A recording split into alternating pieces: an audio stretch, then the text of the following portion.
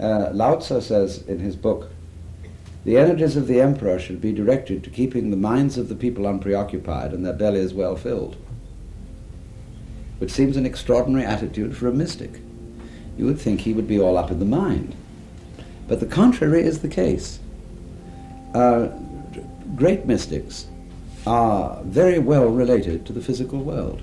We think of Saint Teresa of Avila, of the Zen masters, of great Chinese mystics who were also artists, and Hindu mystics who had the most fantastic methods of physical culture. And you realize that the attitude of mysticism is not at all, when you really come down to it, anti-worldly, or as Ing calls it, acosmistic. This is a superstition.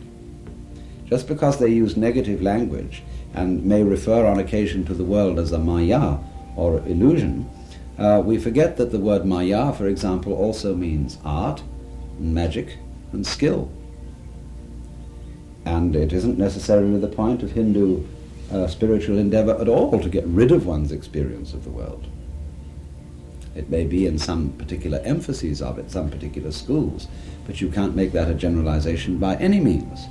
Furthermore, you will remember that in the most influential form of Buddhism, which is called the Mahayana, that the whole point is that when you've attained enlightenment, instead of going off and disappearing forever into some undiscoverable nirvana, the whole point is that you, as a bodhisattva, come back to work in the world.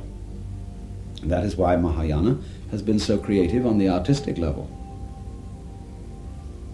So there is a very strong bond, you see, between the mystical approach and the empirical approach, since both are interested in experience, and insofar as one realizes the fundamental unity of the cosmos, there is a tendency to do away with the dualism of the spiritual and the physical.